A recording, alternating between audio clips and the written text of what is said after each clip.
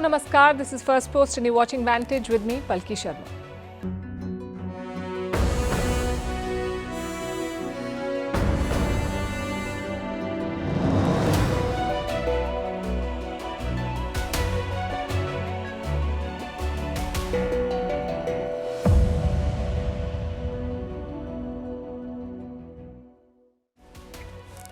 Bangladesh has voted for the BNP, the Bangladesh Nationalist Party. They won a landslide. Tarique Rahman will be the Prime Minister.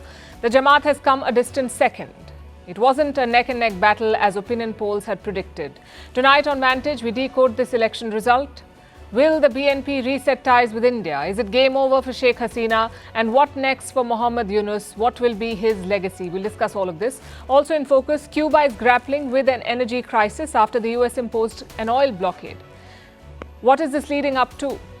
What is Trump's end game with the Taiwan trade deal? Washington says it wants to control 40% of Taiwan's chip supply. Why South Africa is deploying troops to control criminal gangs, why Indonesia wants an aircraft carrier, how China's new AI model poses a danger for Hollywood, and from soulmates to AI lovers, the choice is quite wide this Valentine's Day. We'll talk about it. The headlines first. Prime Minister Narendra Modi inaugurates the Seva Tirth and Kartavya Bhavan in New Delhi. The new buildings house the Prime Minister's office, the National Security Council Secretariat, and key ministries including finance and defence. In his first address from the new office, Prime Minister Modi said that this marks a break from India's colonial past. US consumer inflation eases to 2.4% in January. This is down from 2.7% in December and below what analysts had forecast. But experts say rising food prices still remain a challenge thanks to US President Donald Trump's tariffs. Russian and Ukrainian officials will meet in Geneva next week for the next round of talks to end the 4-year war in Ukraine. President Donald Trump is pushing for a resolution, but 2 previous rounds of dialogue in Abu Dhabi failed to yield any breakthrough. A water leak has hit the Louvre Museum in Paris, flooding its most visited wing. The Denon section houses the Mona Lisa and other priceless exhibits. This is the second flood to hit the museum in 3 months as the Louvre struggles to recover from a string of crises. And Nigeria will hold its presidential election on the 20th of February next year. The country's Electoral Commission made the announcement today along with a staggered timetable for legislative elections. The poll is expected to be a test for President Bola Tinubu, who is widely expected to seek a second term in office.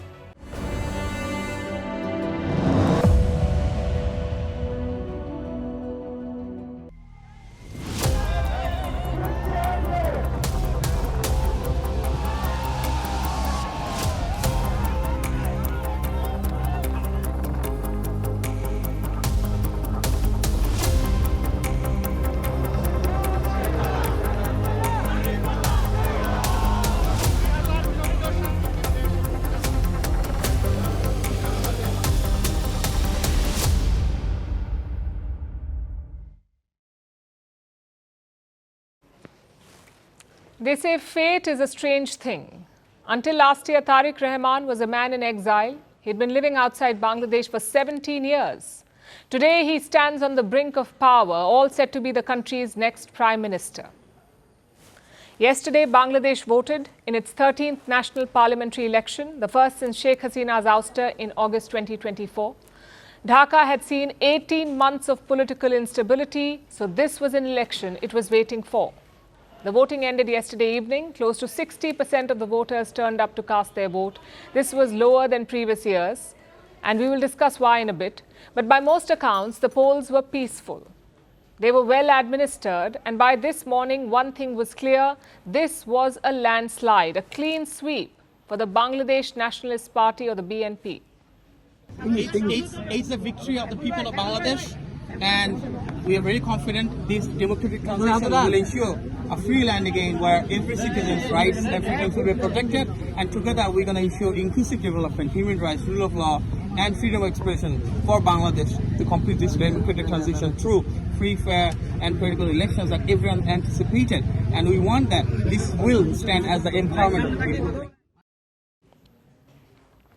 They have won around 212 anywhere between 212 to 216 seats. There's a range because the official number is still not out. The Election Commission has not declared the number yet. But these numbers, this range, shows that this is not just a victory, it is a super majority. The contest was for 300 parliamentary seats. The BNP has won more than 2/3 of these seats. Naturally, that would mean celebration. But the BNP has asked supporters to avoid victory processions. Instead, they have called for prayers. In fact, Tarique Rahman himself was seen heading to one. Now, Rahman's story reads like a political thriller. He is the son of former President Ziaur Rahman and former Prime Minister Khalida Zia.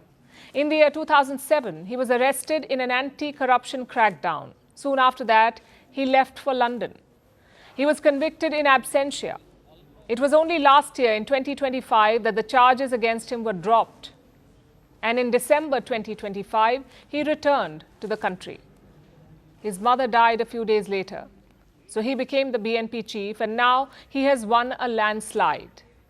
So is this democratic redemption, or is this dynastic politics reborn? Well, that depends on who you ask. But right now, congratulations are pouring in from across the globe. The first was India. Indian Prime Minister Narendra Modi congratulated Tarique Rahman. He also called him soon after. Prime Minister Modi said that he is committed to the progress and prosperity of Bangladesh. And this is quite significant. Because remember, Sheikh Hasina is still in India. She has rejected this election. The BNP has said that they will push for her extradition, and the Indian Prime Minister has congratulated the BNP chief. So this relationship starts with both warmth and tension. Press for her extradition according to law. This is in between Foreign Ministry of Bangladesh and Foreign Ministry of India. We also ask the government of India to please send her back of facing the trial in our country. Tarique Rahman is likely to take oath tomorrow. He will be the country's first male prime minister in 36 years. In all these years, it was just two women, Sheikh Hasina and Khalida Zia. So he's going to be the first man in the chair in 36 years. Which brings us to those who've taken the second place. The Jamaat-e-Islami and their allies. They have won anywhere between 76 to 77 seats. Now, this is a party that was banned for more than a decade. They once struggled to cross 18 seats. Now they have quadrupled their presence in parliament. So the Jamaat is not fringe anymore. Their coalition partner was the NCP, the National Citizen Party. It was formed in February 2025. This party was made up, or is made up, of student leaders, the ones who toppled Sheikh Hasina in 2024. And this was meant to be Bangladesh's big Gen Z moment. So you would think that this party would do well, but for all the hype, they got just 6 seats. The so-called Gen Z party crashed on landing. And this is not surprising. A, they lack an organizational structure, and B, they made a deal with the devil. They tied up with the Jamaat, the party that supported Pakistan's genocide in 1971, the party whose leader called working women prostitutes. The Jamaat did not field a single woman candidate in this election, so perhaps their past and their hardline position hurt their partner, the NCP. Then we have the Awami League. They were banned from contesting the election. This is the party of Sheikh Hasina. She has called the polls deceptive. From the evening of 11th February, this farce began through the capture of polling centers, gunfire, the widespread use of money to buy votes, stamping ballot papers, and taking agents' signatures on result sheets. In this situation, we demand the cancellation of this voterless, illegal, and unconstitutional election, the resignation of Yunus. The Jamaat and the NCP are also complaining. The Jamaat has raised concerns about the unofficial results. They say that there are inconsistencies, administrative bias, and delay in publishing turnout data. They're not rejecting the election outright, but they are signaling distrust in parts of the process. We expect that as soon as the government releases the official results, we will call you, the journalists, again to share our final views on the election. You can be assured that our stance will be positive, focused on constructive and people-centered politics, not party politics. We will not oppose simply for the sake of opposing. The NCP too says that their leaders were tagged, although they did not name the BNP. And like we told you yesterday, this was a dual vote. Bangladesh did not just elect a new leader, they also voted on a referendum on constitutional reforms. And it asked one big yes or no question. Should the July Charter reforms be implemented or not? That was the question. And the resounding answer was yes. It had roughly 60% support. This means Bangladeshis have voted for constitutional amendments. So now they will have two houses of parliament instead of one. Right now they have only one. There will be term limits for a prime minister. The president will have more power. Rights will be protected more strongly. There will be more women in parliament and reforms for judicial independence. The people have voted for all of this. So what does this election result really mean? For the BNP, the people have chosen them. The expectations are sky high. And as winners, they will have to deliver on their promises. We need to provide, bring businesses in the country so that jobs can be created, people can have a better life. We need to provide medical service for our people. We need to rebuild the education system for our people. There are many challenges. And to fight these challenges, of course,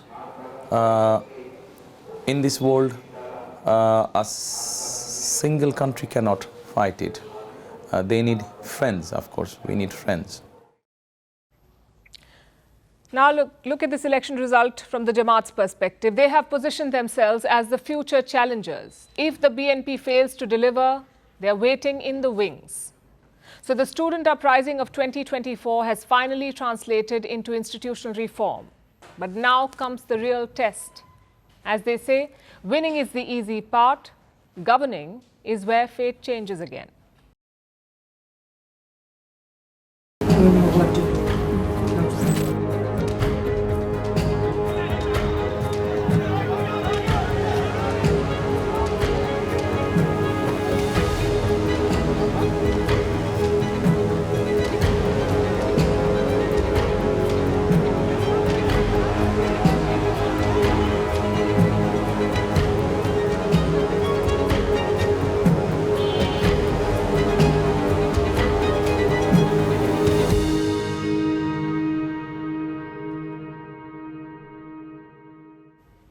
So the BNP is set to rule. The Jamaat will sit in the opposition. But what about Sheikh Hasina and her party, the Awami League?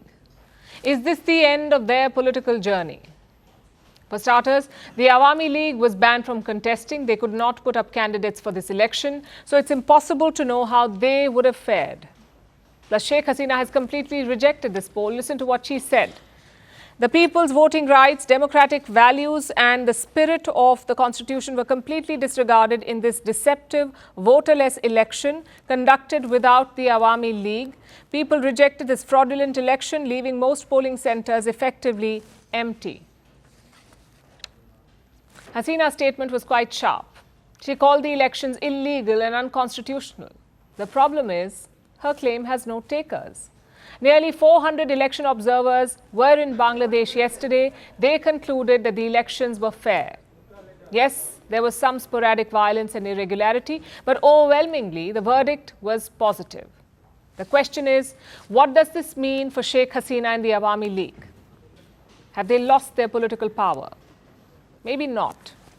And I'll give you two reasons why. Number one, the voter turnout was not impressive. Only 60% of the people turned out to vote yesterday. Compare that to the election in 2008. That election, the 2008 election, is widely seen as Bangladesh's last fully fair poll. And the turnout in that election was 87%. 87% in 2008 and just 60% in 2026. So what explains this drastic fall? It could be the Awami League factor.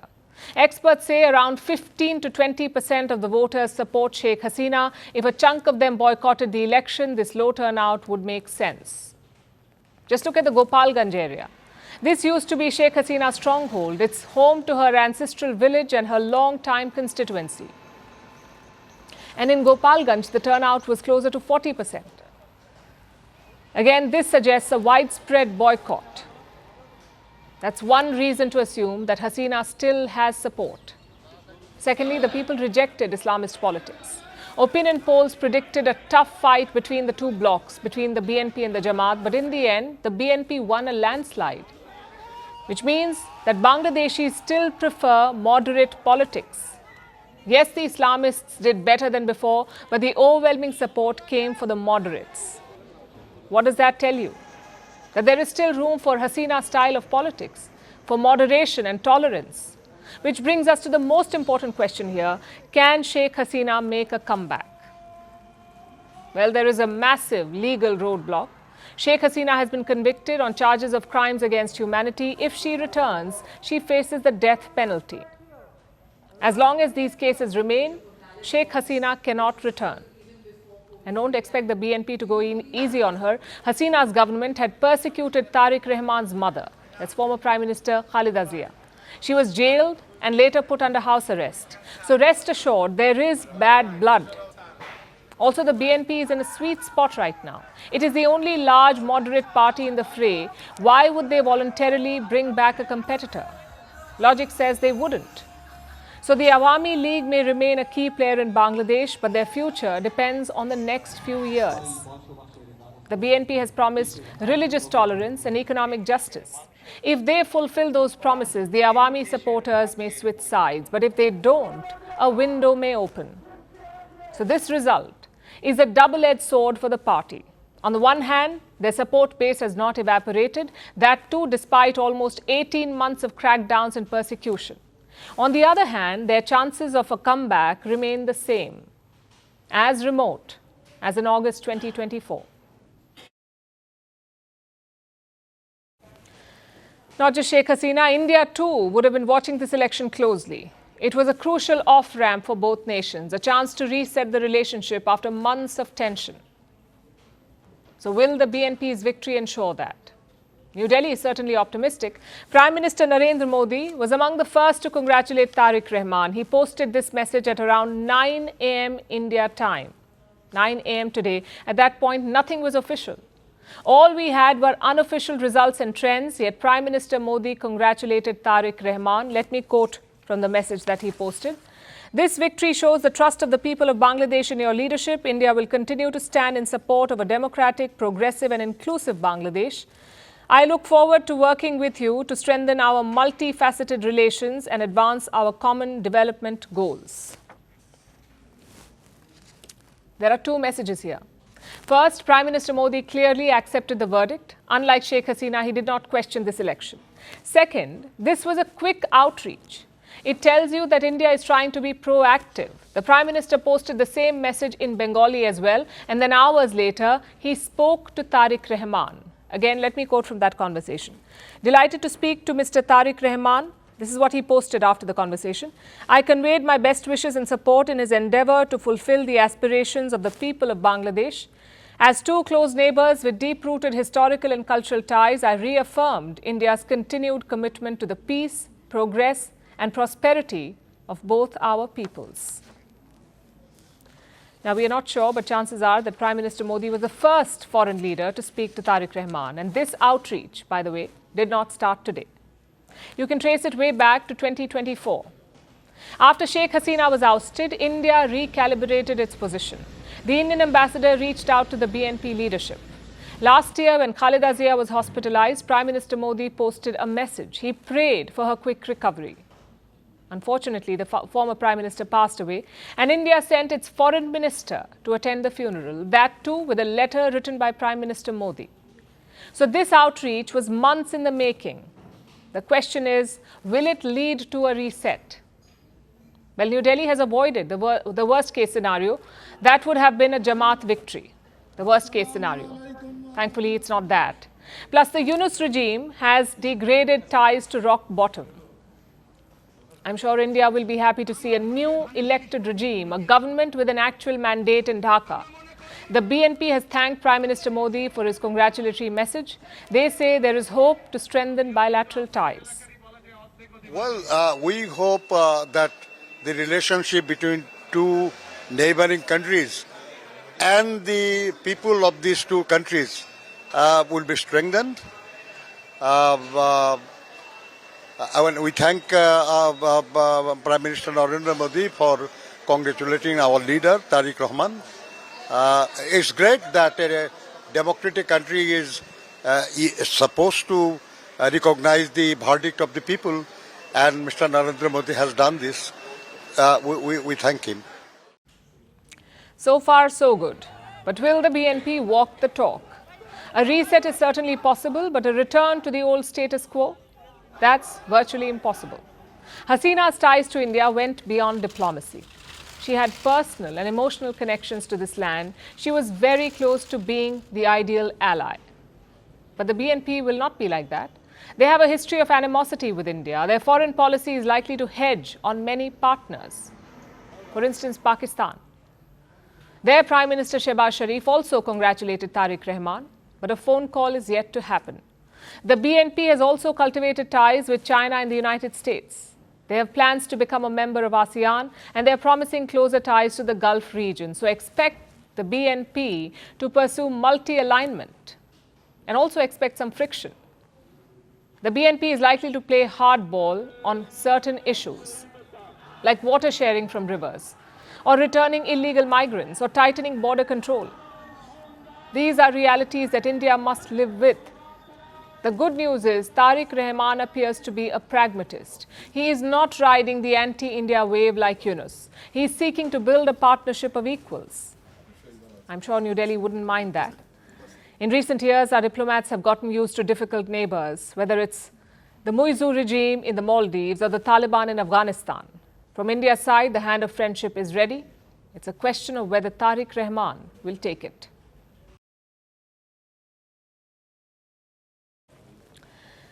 The reason we need this reset is because of one man, interim ruler Mohammad Yunus. He did not contest this election. His plan is to hand over power as quickly as possible. But what next for him? What lies ahead for Mohammad Yunus? What will be his next mission? I would be surprised if there is one. After all, Yunus is 85 years old. He was virtually brought out of retirement to rule Bangladesh. So another taxing role appears unlikely. He's got close friends in Washington think tanks and NGOs, the same ones who defended his disastrous rule over the country. I'm sure they will find some role for him. After all, he's got a Nobel Prize to fall back on.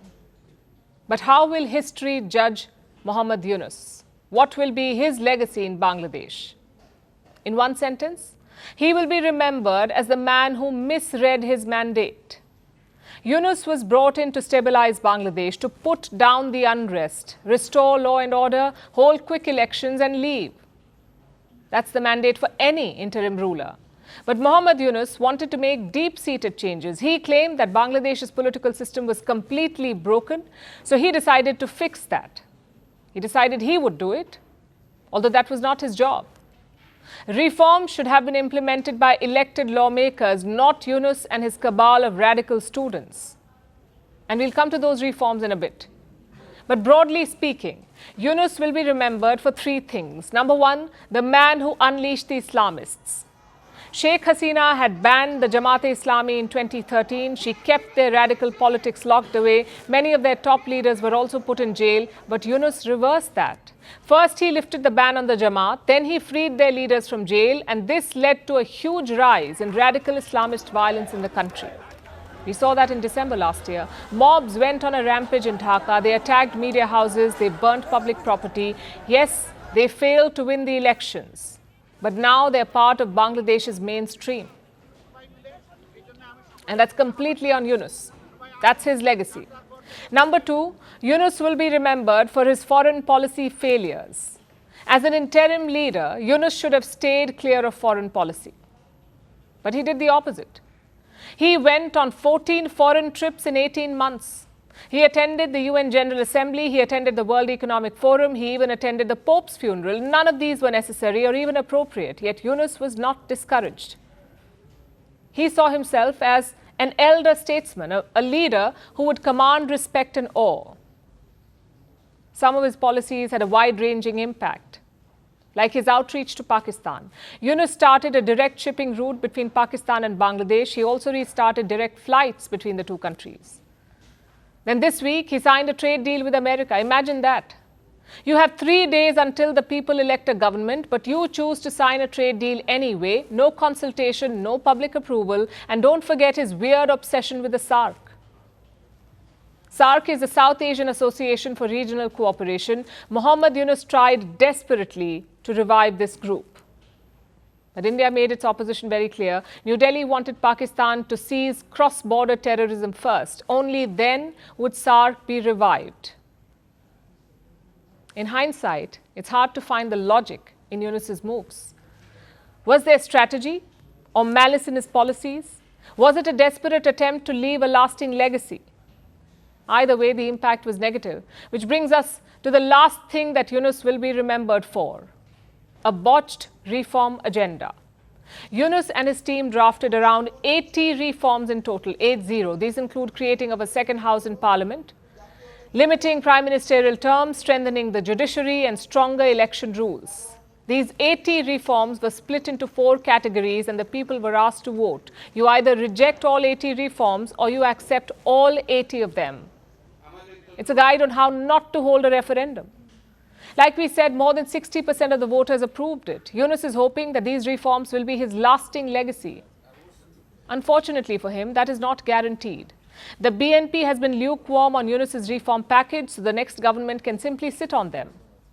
They can debate, delay, and dismantle them. Which makes you wonder, what was the point of Mohammad Yunus's interim rule?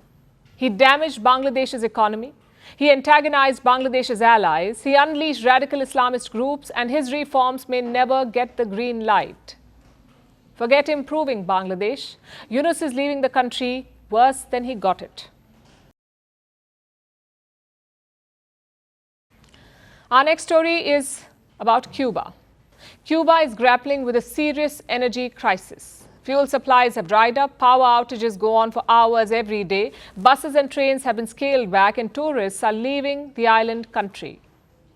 So what has triggered this crisis? The answer lies in Washington. The US has blocked Cuba's oil imports. It has threatened other nations against helping Havana. This is all part of a pressure campaign. So what does the US want from Cuba? Our next report explains. The fuel pumps are running dry across Cuba, and millions are now living in the dark. Power cuts stretch for hours. Queues at petrol stations snake through city streets,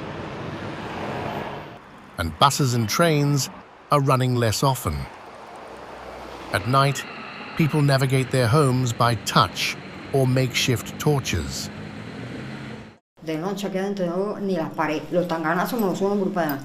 night here, I can't even see the walls. I hit myself by hitting the walls as well as the fridge and the front door because I can't see. A neighbor gave me a bottle with oil so that I could make a torch. Taxi drivers say the situation is getting worse. The fuel situation is chaotic. There's no fuel. There used to be 30, 40, 50 cars here. Now only 4 or 5 are working because there's no fuel. But anyway, we'll see what happens. Even tourists are fleeing. Airlines are suspending flights or refueling outside the island as jet fuel shortages grow. Meanwhile, hotels are closing their doors. Right now there's no flights coming in, so unfortunately we won't be back soon, but we will come back when everything's okay. Tourism is a lifeline for Cuba's economy. Now that lifeline is fraying. Behind the crisis is a political squeeze orchestrated from Washington. Cuba depends heavily on imported oil to run its power grid, transport, and industry. But those supplies have been choked off. The pressure began in January. This is after the US forces carried out a military operation in Venezuela and captured President Nicolas Maduro. Venezuela had been one of Cuba's main oil suppliers, but Maduro's capture cut those supplies for Havana. Now, Washington has gone further. It has threatened tariffs on any country that sends fuel to Cuba. The move has scared off key partners. The US has also declared Cuba an extraordinary threat. President Donald Trump says the Cuban government is on the brink. Cuba will be failing pretty soon. Cuba is really a nation that's very close to failing. You know, they got their money from Venezuela, they got the oil from Venezuela, they're not getting that anymore. Analysts say the strategy is designed to force concessions or regime change. Havana has responded with rationing. Fuel is being prioritized for hospitals, agriculture, and water systems. Schools and workplaces are adjusting their schedules. The country's president says Cuba is ready to talk to the US, but only on equal terms. Cuba is willing to engage in dialogue with the United States, dialogue on any issue that needs to be discussed or debated. Under what conditions? Without pressure. Some of Cuba's allies are trying to help. Mexico has sent ships with food and supplies. China and Chile have also pledged assistance. I would like to reiterate that China firmly supports Cuba in safeguarding its national sovereignty and security, opposes foreign interference, and resolutely opposes any actions or inhumane acts that deprive the Cuban people. But fuel deliveries remain uncertain. The current standoff has deep roots. The US and Cuba have been locked in hostility for decades. Mistrust runs deep. Now, the stakes are rising again. The US wants influence and concessions. Cuba wants relief without surrendering control. But for ordinary Cubans, the fallout is already here, and there is no end in sight.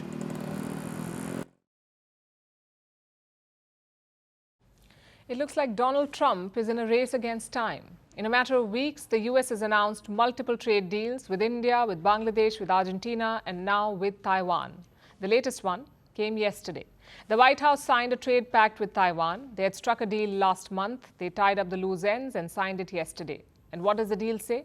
Well, same as the other deals. Taiwan will invest in America, it will buy more American products, and it will slash tariffs on US goods by up to 99%.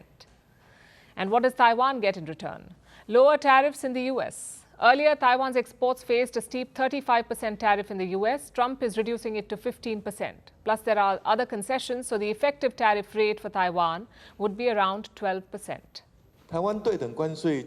We have also secured tariff exemptions for 261 agricultural products, including Phalaenopsis orchids, tea, ingredients for bubble tea, coffee, anthuriums, taro, guava, juice, jams, pineapples, and mangoes, as well as 1,811 industrial products. In total, 2,072 Taiwanese products will be exempt from reciprocal tariffs, reducing the average tariff when imported into the United States from 35.78% to 12.33%. Of course, this deal is not just about numbers and trade.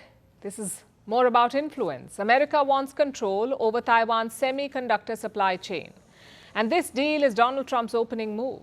Look at the biggest headline in the deal, the promise on semiconductor chips. The US says that Taiwan will spend $500 billion on chip making in America. $500 billion, that's $250 billion in investment, $250 billion, and another $250 billion as credit. So $500 billion for semiconductor production in the United States.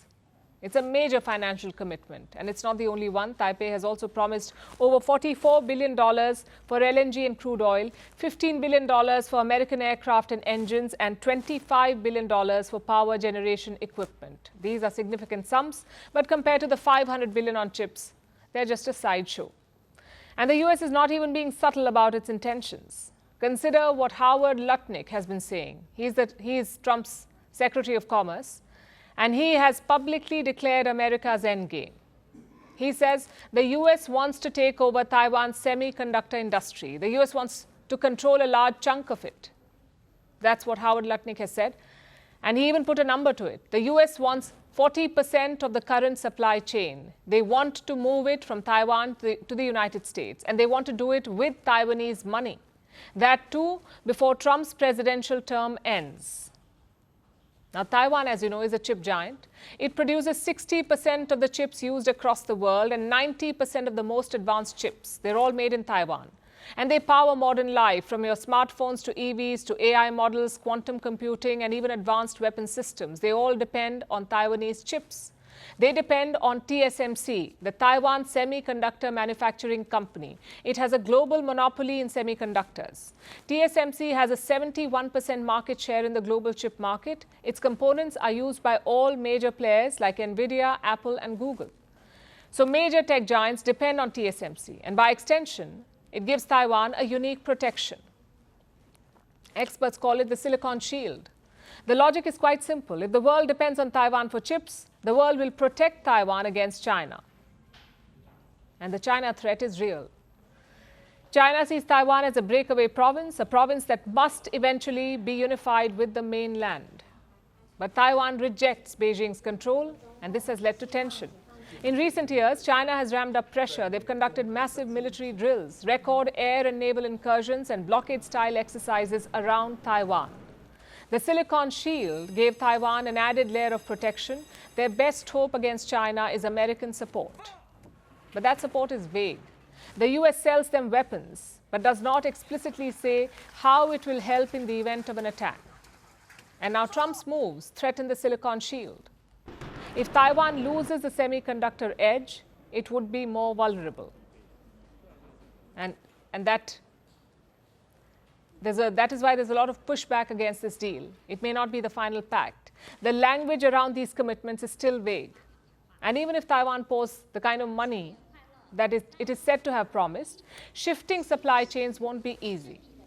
Because this is an ecosystem that is built over decades. It includes not just the materials, but also critical supply networks and human capital. It won't be easy to quickly replicate this in the US. So it will be interesting to see how this plays out.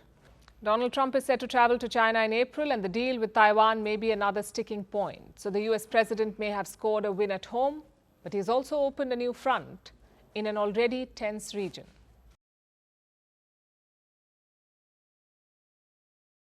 Let's turn to South Africa, which is planning to send its army onto the streets. And this is not to quell a protest. They're sending the army to fight growing crime in the country.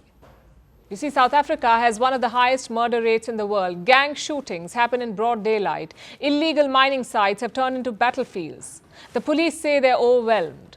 So now South Africa's president has decided to deploy troops. His name is Cyril Ramaphosa, the president, and he's authorized the military to back up the police. So soldiers will now be sent to the worst affected areas of South Africa. Here's our report. The sound of gunfire is no longer shocking. It has become familiar. In South Africa, violent crime is part of everyday reality. The country is facing a severe crisis.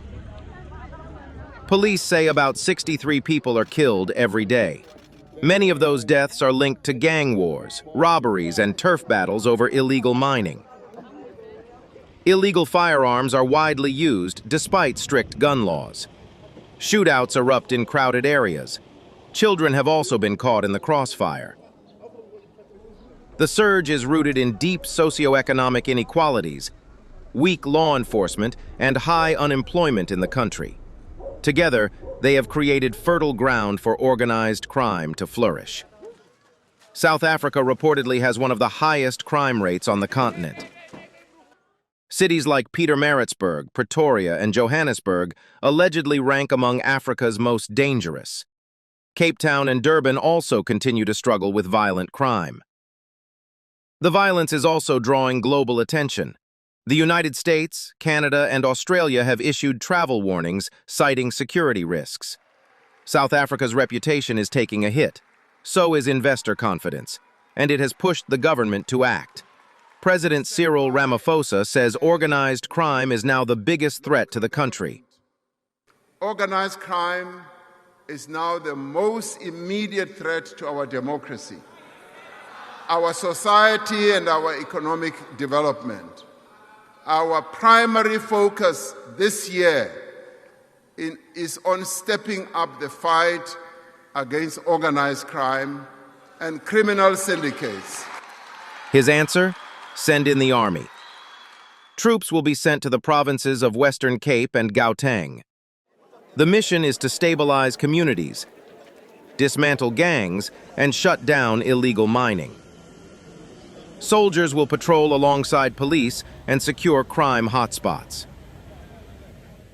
I have directed the Minister of Police and the SANDF to develop a technical plan on where our security forces should be deployed within the next few days in the Western Cape and in Gauteng to deal with gang violence and illegal mining. The move marks a major shift in strategy. The president had previously ruled out sending troops into communities, but the violence has forced his hand. Data suggests the murder rate in South Africa is behind only Jamaica and Ecuador. Police admit they cannot defeat the gangs alone. The government also plans to recruit more than 5,000 new officers. Intelligence units will be strengthened, and priority crime syndicates will be targeted. Some political leaders have welcomed the move. What you need in the fight against gangsterism is boots on the ground, and I think the president's made the right call this evening, and I'm sure that the city and the province will welcome the extra resources that are going to be required. But skepticism persists. The rising crime has shaken public confidence and hurt economic growth.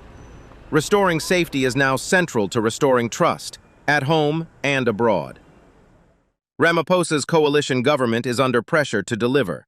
For many South Africans, the hope is simple: safer streets and children walking home without fear. The deployment signals urgency, but whether it can reverse the tide of violence is far from certain.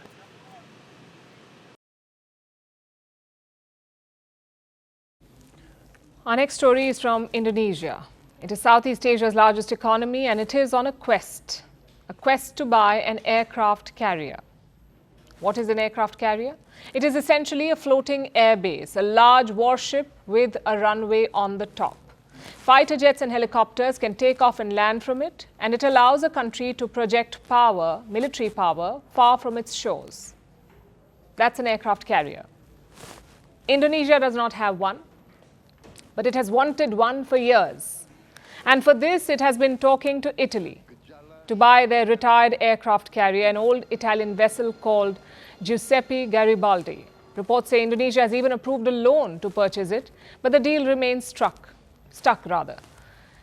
There are several hurdles over cost and strategy.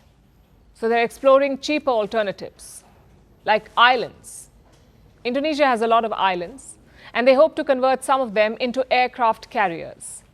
It's an interesting idea, and they won't be the first ones to do it. But I guess the question to start with is this: why does Indonesia want an aircraft carrier? Like I said, they have a lot of islands. In fact, Indonesia is the world's largest archipelago. It has thousands of islands that are spread across a massive stretch of sea. Patrolling and protecting this area is not easy, so an aircraft carrier could help with surveillance. That's one reason. The second is disaster relief. Indonesia is prone to earthquakes, floods and tsunamis. Having an aircraft carrier with helicopters and medical facilities could help them reach remote areas quickly. The third reason is strategic. Indonesia sits close to major sea routes like the Malacca Strait and the South China Sea. An aircraft carrier would boost its naval presence and regional status. So there are multiple reasons why they want an aircraft carrier, and that is why they've been talking to Italy. But critics are also raising concerns. After all, an aircraft carrier is an expensive asset. It costs millions of dollars to maintain and operate. This would put pressure on their budget at a time when the economy is already volatile. In fact, these critics cite Thailand as a cautionary tale. Thailand commissioned an aircraft carrier in the late 1990s, but it's only used occasionally. And that's because the operational cost is very high. They use the carrier only for disaster missions. So experts say Indonesia should invest in cheaper options. And that's where the islands come in. They're being considered as an affordable alternative. But how do you convert islands into aircraft carriers? Well, the work has already begun. They're testing the use of highways as emergency runways. On Wednesday, the Indonesian Air Force held a demonstration. Fighter aircraft landed and took off from a toll road in Sumatra.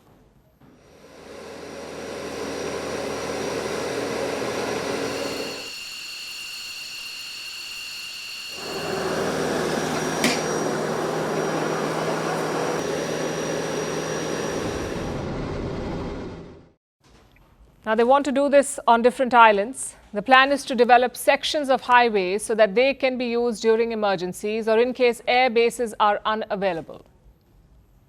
This is being seen as a cost-effective way to cover a country made up of thousands of islands. And like I said, the idea is not new. Several countries have tested highways as emergency runways. The list includes the US, Sweden and Finland. India too has carried out similar exercises. For Indonesia, this approach offers flexibility. It reduces the cost of maintaining and relying on a single aircraft carrier. At the same time, the idea of a traditional aircraft carrier has not been dropped. It is still very much on the table. Indonesia's Navy chief says it might come by October. But for now, Jakarta is hedging its bets.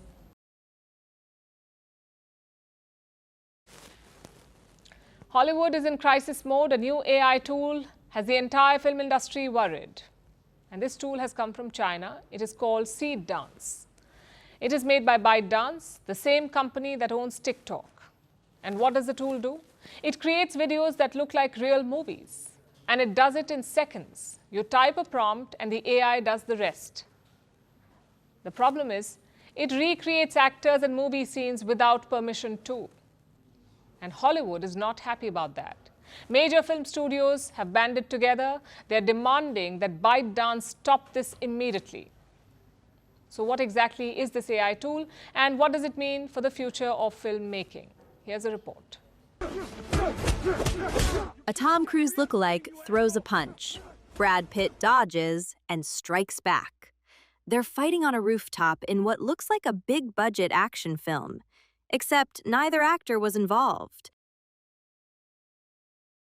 No cameras rolled, no film crew showed up. This entire scene was created by artificial intelligence in seconds. Welcome to Seed Dance 2.0, an AI tool that has Hollywood in a panic mode. It's made by ByteDance, the Chinese company behind TikTok, and it's triggered a major copyright controversy in the entertainment industry. Here's how it works. You type a simple prompt, maybe Will Smith fighting a spaghetti monster. Hit enter. Within seconds, you get a cinematic video, professional lighting, smooth action, and realistic movements.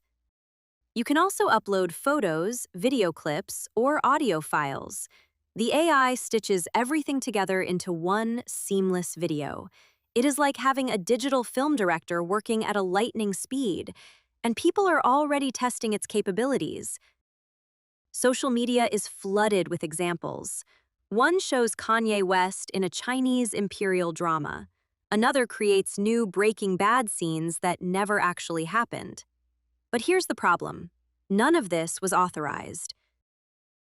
The AI is using copyrighted movies and shows without permission.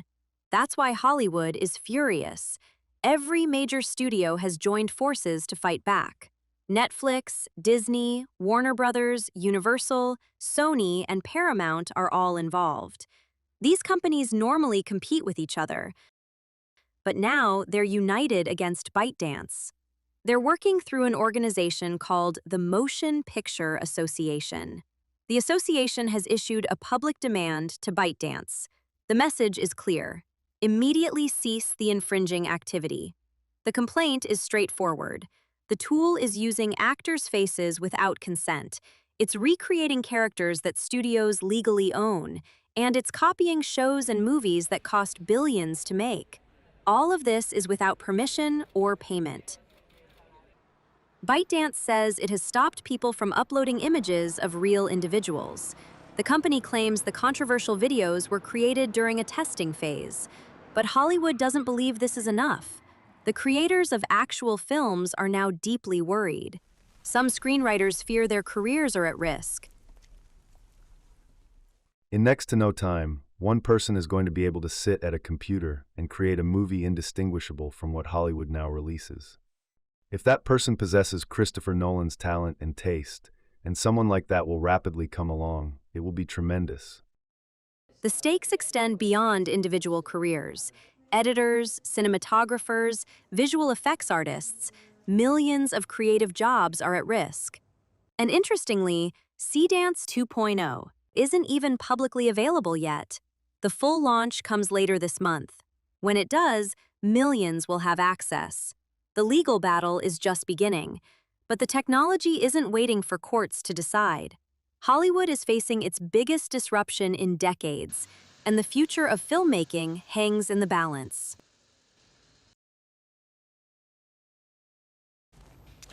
Tomorrow is Valentine's Day, the so-called Day of Love, and across the world, two completely different love stories are unfolding, that too at the same time. On one side, people are talking about soulmates, the idea of destiny, fate, that there exists a person just for you. On the other side, people are making dinner reservations with AI.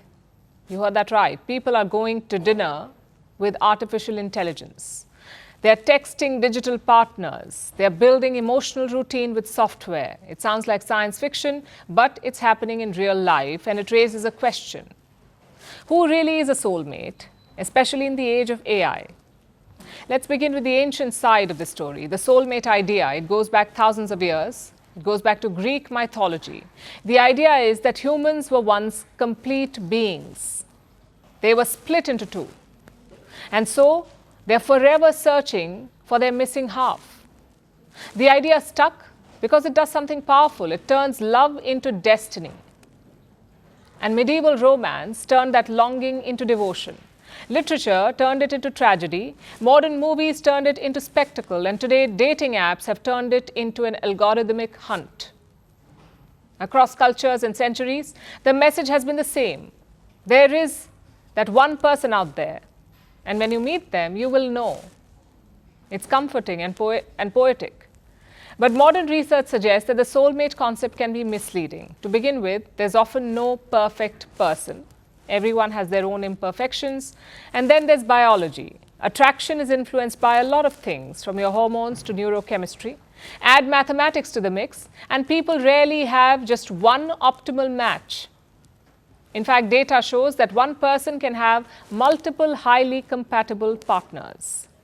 So the one and only may actually be many. And in this age of AI, it doesn't even have to be a human.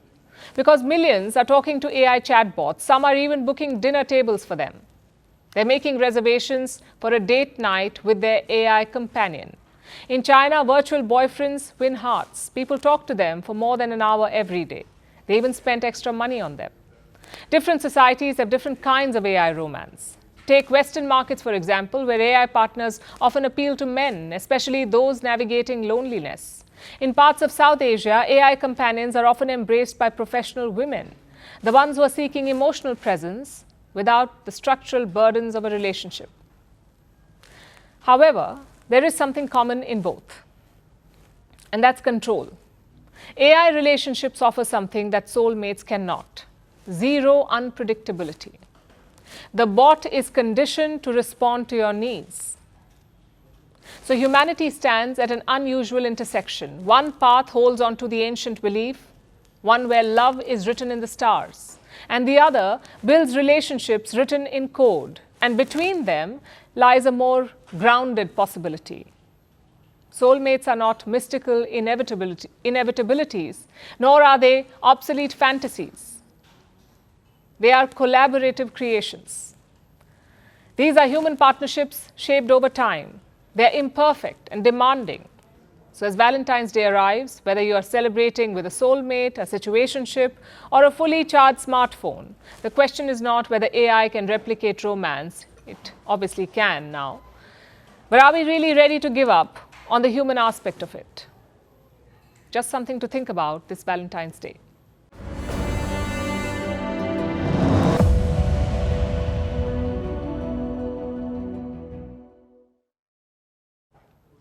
The internet has found its new favorite excuse. US House Democrats were questioning Attorney General Pam Bondi. They were asking her why the associates of Jeffrey Epstein were not charged yet. And her answer? The Dow is over 50,000 points, and it has since become an internet favorite. Next time your boss asks you why your work is not done, just tell him the stock markets are up. Because she doesn't like the answer. I'm not going to get in the gutter for her theatrics. The witness is interrupted. I'm not going to get in the gutter with this woman.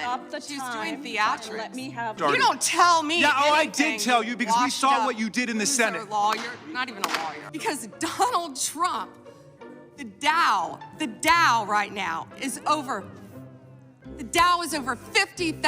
I don't know why you're laughing. You're a great stock trader, as I hear, Raskin. The Dow is over 50,000 right now. The S&P at almost 7,000.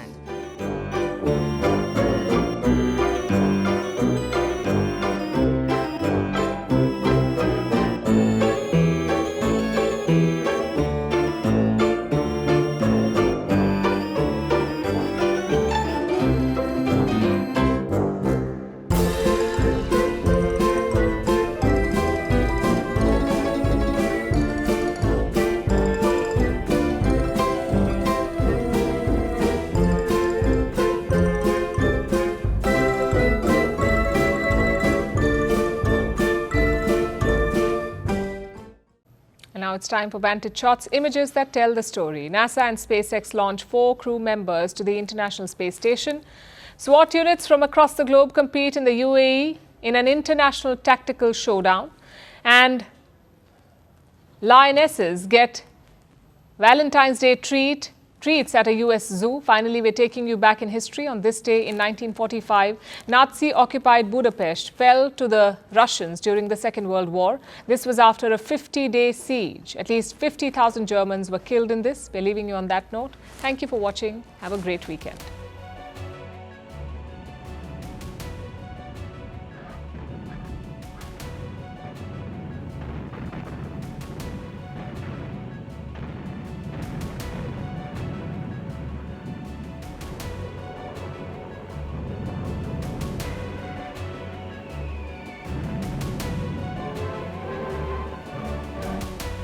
Этот клочок земли на левобережной Украине превратился в гигантское кладбище живой силы противника. Falcon, Go Dragon, and Godspeed Crew 12. And liftoff. Freedom, 7 million pounds of thrust now propelling. T plus 30 seconds into the Crew 12. 1 Bravo. That call out for 1 Bravo Copy, 1 means Bravo. we're...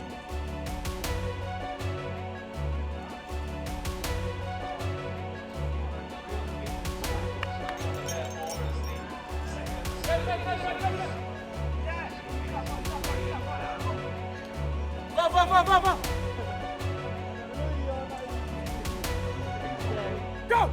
Allez!